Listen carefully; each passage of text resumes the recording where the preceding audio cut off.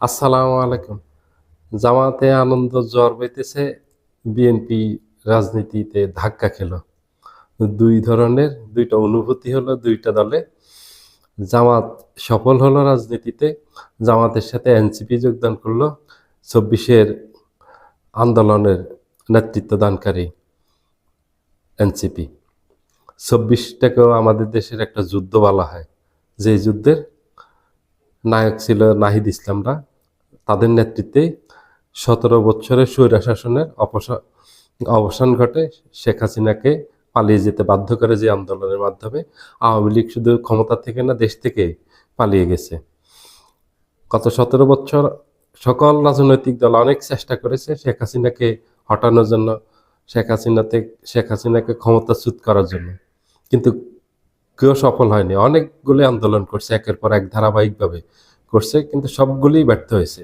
শেষ নাহিদ ইসলামদের নেতৃত্বে শেখ হাসিনাকে উৎখাত করা হলো। শেখ হাসিনার পতন ঘটল, ১৭ বছরের দুঃশাসন থেকে জাতি মুক্তি পেল। এই নাহিদ ইসলামরা জামায়াত ইসলামীর সাথে গিয়ে যোগদান করলো, জোটে গিয়ে। এটা জামাতের বিশাল বড় একটা সফলতা। এটা যে কোনো দলের জন্য একটা সফলতা। এটা বিএনপির জন্য সফল হতো যদি বিএনপির সাথে জোটে যেত, বিএনপি তাদেরকে নিতে পারত। এনসিপিকে বিএনপি অনেক চেষ্টা করছে নেওয়ার জন্য, কেন সফল হয়নি এটা বিএনপি বলতে পারবে। বিএনপি যারা রাজনীতিবিদ আছেন তারা বলতে পারবে, কেন্দ্রীয় নেতারা বলতে পারবে, এটা তো আমরা বলতে পারবো না। তবে যেটা আমরা সাধারণভাবে দেখি এবং বিশ্লেষণ করি, যে বিএনপি এখানে ব্যর্থ হয়েছে, বিএনপি নিতে পারেনি। জামায়াত যেহেতু নিতে পেরেছে, তাহলে বিএনপি কেন পারেনি? বিএনপি তো অনেক বড় দল, বিএনপি তো সবার আগে পারত নিতে। এবং বিএনপির সবচেয়ে বেশি সুযোগ ছিল নাহিদ ইসলামদেরকে তাদের সাথে নেয়ার। কারণ বিএনপির একটা দুর্নাম ছিল যে বিএনপি ২৪-এর আন্দোলনকে ওন করে না। যে বিপ্লব ঘটলো, এই বিপ্লবকে ওন করে না। বিএনপি এই বিপ্লবের বিপক্ষে, বিএনপি ভারতের পক্ষে, বিএনপি আওয়ামী লীগের পক্ষে কথা বলে। এই বদনামগুলি অন্তত ঘুষত যদি নাহিদ ইসলামদেরকে, এনসিপিকে যদি তাদের সাথে নিতে পারত। বিএনপি পারত, কিছু ছাড় দিয়ে হলেও নিতে পারত। কারণ প্রথম এনসিপিও চেয়েছিল বিএনপির সাথে জোটে যেতে, যে কোনো কারণে হোক, হিসাব নিকাশ বনেনি, শেষ পর্যন্ত হয়নি। এনসিপি যে অভিযোগ করছে যে বিএনপি জুলাই সনদ বাস্তবায়নে রাজি না, বিএনপি কোনো সংস্কারে রাজি না, হয়তো সেখানে গিয়ে ঠেকছে এবং আসন সমঝোতা নিয়ে সমঝোতা হয়নি ঠিকভাবে। যা চেয়েছে এনসিপি তা পায়নি। হয়তো কাছাকাছি যেতে পারতো বিএনপি ছাড় দিলে। তো শেষ পর্যন্ত বিএনপি এখানে ব্যর্থ হয়েছে, সফল হয়ে গেল জামাত। এবং জামাতের আরেকটা সফলতা আছে, সেটা হলো বীর মুক্তিযোদ্ধা কর্নেল অলি আহমেদ বীর বিক্রমকে তাদের জোটে নিয়েছে। এটা কিন্তু অনেক বড় একটা চমক রাজনীতিতে, এবং জামাতের কিন্তু এটা অনেক বড় একটা পাওয়া। জামাত অনেক বড়, এটা জামাতের অর্জন। এটা খাটো করে দেখা যাবে না।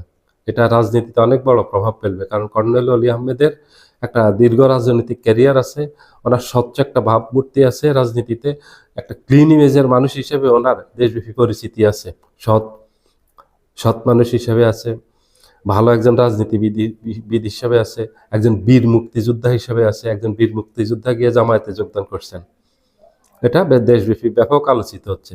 জামায়াতে জোটে গেছেন উনি। এবং জামাতে গত কিছুদিন থেকে কয়েকজন বীর মুক্তিযুদ্ধ অংশগ্রহণ করছেন। একসময় বিএনপি করতেন মেজর আখতারুজ্জামান রঞ্জন, উনিও গিয়ে জামাতে যোগদান করছেন। গতকালকে একজন বীর মুক্তিযোদ্ধা, উনি জামাতে অংশগ্রহণ করছেন।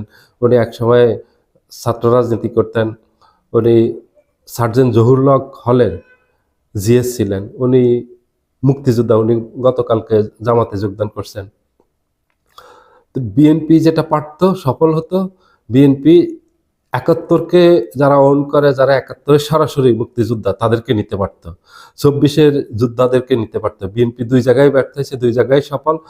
জামাত ২৪-এর যোদ্ধাদেরকেও নিল তাদের দলে, এবং ৭১-এর যোদ্ধাদেরকেও নিল, এবং বীর মুক্তিযোদ্ধা খেতাবপ্রাপ্ত কর্নেল অলি আহমেদের মতো একজন মানুষ।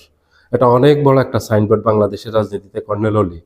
এই সাইনবোর্ডটা বিএনপি ব্যবহার করতে পারেনি। অনেক বড় একটা সাইনবোর্ড, ২৪-এর বিপ্লবের নায়ক এনসিপি যারা আছে নেতারা, তাদেরকে এনসিপিকে নিতে পারেনি বিএনপি, এটা বিএনপির অনেক বড় ব্যর্থতা। এই জন্য বিএনপিকে অনেক এই লস দিতে হবে সামনে রাজনীতিতে। বিএনপি কতটুকু শক্তভাবে রাজনীতি এই রাজনীতিতে ঘুরে দাঁড়াতে পারবে এটা সময় বলে দিবে। তবে বিএনপি যে অনেক বড় লস করেছে এই রাজনীতিকে, এই গেমে এনসিপি এবং অলি আহমেদকে ধরে রাখতে না পারার কারণে, এটা কিন্তু বিএনপিকে অনেক বড় মাসুল দিতে হবে, অনেক খেসারত দিতে হবে নির্বাচনের সময়। বিএনপি এমনিতে অনেকগুলি ভুল করছে রাজনীতিতে গত 24শে 5ই আগস্টের পর থেকে, এবং বিএনপি তো নানান বকি সংকটে আছে। বিএনপির দলের ভিতরে সংকট আছে, জোটে সংকট আছে, জোট বড় করতে পারেনি, জোট ছোট হয়ে গেছে, এবং জোটে যারা আছে বিএনপি জোটে এরা নামকাও আছে, খুবই ছোট দল, বাংলাদেশের খুবই ছোট, এদের জনসমর্থন তেমন একটা নেই। কিন্তু জামাত ওখানে উল্টো খুবই সফল হয়েছে, যেখানে জামাতের সাথে যোগদান করছে এনসিপি, যাদের গণ একটা ভিত্তি আছে, ভালো একটা ভোট আছে। সর্বনাই পীরের ইসলামী আন্দোলনে সারা বাংলাদেশ ব্যাপী ভালো একটা ভোট আছে। বাংলাদেশের বড় 60টা রাজনৈতিক দলই জামাত জোটে আছে, যাদের দেশব্যাপী পরিচিতি আছে, যাদের আলেম ওলামাদের মাঝে পরিচিতি আছে, দেশব্যাপী পরিচিতি আছে, জনপ্রিয়তা আছে, পরিচিত মুখগুলি জামাতে গেছে। জামাতে এটার একটা অ্যাডভান্টেজ নিবেই। রাজনীতি হলো এটাই, এক দল ভেঙে আরেক দলে যাওয়ার অর্থ হলো সুবিধা নেওয়া, এক জোট থেকে ভেঙে আরেক জোটে যাওয়ার অর্থ হলো সুবিধা নেওয়া। জোটও সুবিধা নেয়, যারা অংশগ্রহণ তারাই সুবিধা নেয়, উভয় পক্ষই সুবিধা নেয় এখানে। তো জামাত ফাইনালি সুবিধাজনক অবস্থানে আছে রাজনীতিতে, জামাতের কোনো সংকট নেই, জামাতের যেগুলো আছে সব সুবিধা আছে। এই জন্য সবাই মনে করতেছে, সাধারণ জনগণ মনে করতেছে আগামী নির্বাচনে জামায়াতের বিজয়ী হওয়ার সম্ভাবনা সবচেয়ে বেশি। সবাই ভালো থাকবেন, আল্লাহ হাফেজ।